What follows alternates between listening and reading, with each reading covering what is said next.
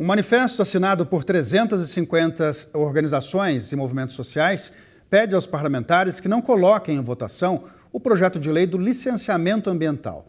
Para falar sobre esse tema, a gente recebe aqui nos nossos estúdios o deputado Pedro Lupion, que é presidente da Frente Parlamentar da Agropecuária e também um dos notáveis aqui do Times Brasil, licenciado exclusivo CNBC.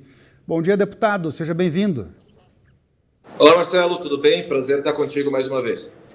Eu queria saber como é que a Frente Parlamentar Agropecuária se posiciona em relação ao PL do licenciamento ambiental.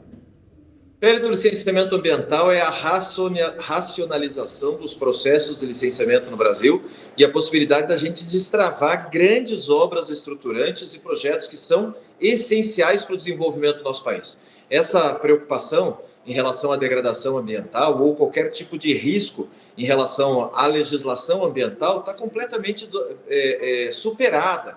O relatório que foi aprovado no Senado pela senadora Tereza Cristina, relatado pela senadora Tereza Cristina, possibilita que a gente racionalize os processos de licenciamento sem nenhum tipo de perda para a preservação ambiental. A gente não pode, em pleno 2025, ainda estar falando sobre licenciamento ambiental do Ferrogrão. Faz 30 anos que nós estamos discutindo essa ferrovia. A 163, a Antofagasta, a Bioceânica, processos importantes de licenciamento que vão desde uma questão básica de uma outorga de poço artesiano até uma grande obra de infraestrutura. E aí não estou falando de uma questão rural especificamente. Nós temos grandes obras estruturantes de centros urbanos que estão sendo impedidos justamente por burocracia ambiental. Ninguém está abrindo mão de nenhum tipo de salvaguarda, ninguém está abrindo mão de nenhum tipo de checks and balances e a possibilidade do Estado estar presente nesses licenciamentos, mas sim da racionalização desses processos. Então, é um tema que está extremamente debatido e nós temos que enfrentar de uma vez.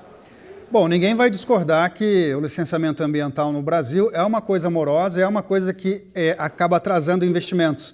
Mas o senhor não acha também que essas organizações que estão protestando contra esse projeto, elas não têm alguns motivos de desconfiança? Se a gente pegar a história do Brasil, se a gente vê a velocidade com que o desmatamento na Amazônia, por exemplo, está acontecendo, você não acha que a gente tem que dar pelo menos o benefício da dúvida para essas organizações e, do seu ponto de vista, tentar explicar por que esse projeto vai na direção correta? Nós tentamos, é o que nós estamos tentando fazer. Aliás, esse projeto foi amplamente debatido tanto na Câmara quanto no Senado, passou por diversas comissões, diversas discussões e todos tiveram a possibilidade de participação. O que não pode é ficar criando uma série de fake news em relação a um texto que não tem absolutamente nenhum sentido. Hoje eu vi um vídeo, por exemplo, que comparava o licenciamento ambiental ao consumo de fumar, de cigarro, o hábito de fumar, que mata igual a isso, mostrando uma onça morta. Não tem o mínimo sentido.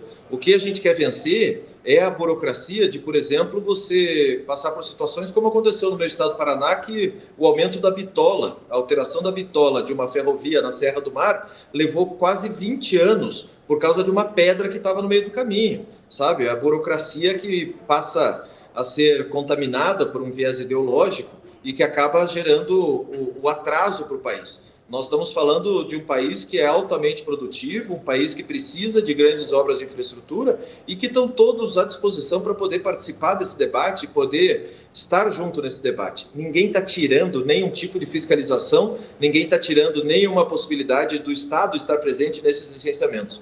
O que está é simplificando processos, aliás, racionalizando processos para que não haja também prejuízo ambiental. A nossa preocupação é que a gente possa crescer, possa desenvolver, cumprindo a legislação ambiental brasileira, que é a mais rigorosa e a mais restritiva do mundo. Você pode dar um exemplo prático para a gente de como que vocês estão destravando, por exemplo, essa demora do licenciamento ambiental nesse projeto e, ao mesmo tempo, preservando o intuito de seguir a lei ambiental? Vamos lá, por exemplo, ao invés de o IBAMA ter que se manifestar em relação a uma outorga de um projeto de irrigação, de um pivô de irrigação lá no Centro-Oeste, a possibilidade do Estado fazer esse licenciamento, que desburocratiza, deixa mais simples, deixa mais rápido e menos moroso, por não depender das mais diversas instâncias federais nesse sentido. Como também grandes obras como por exemplo, uma linha de transmissão lá em Roraima, que ainda depende da energia lá da Venezuela, possa ter um processo mais simplificado, lembrando que nós estamos cumprindo a legislação de um bioma amazônico, por exemplo, que exige o mínimo dentro de uma propriedade rural de 80% de preservação. Então, a possibilidade de transferir processos para o ente público municipal, estadual e, obviamente, nos grandes projetos, a participação ainda do ente federal, mas que a gente consiga ter menos morosidade nesses processos e a simplificação dessa tramitação.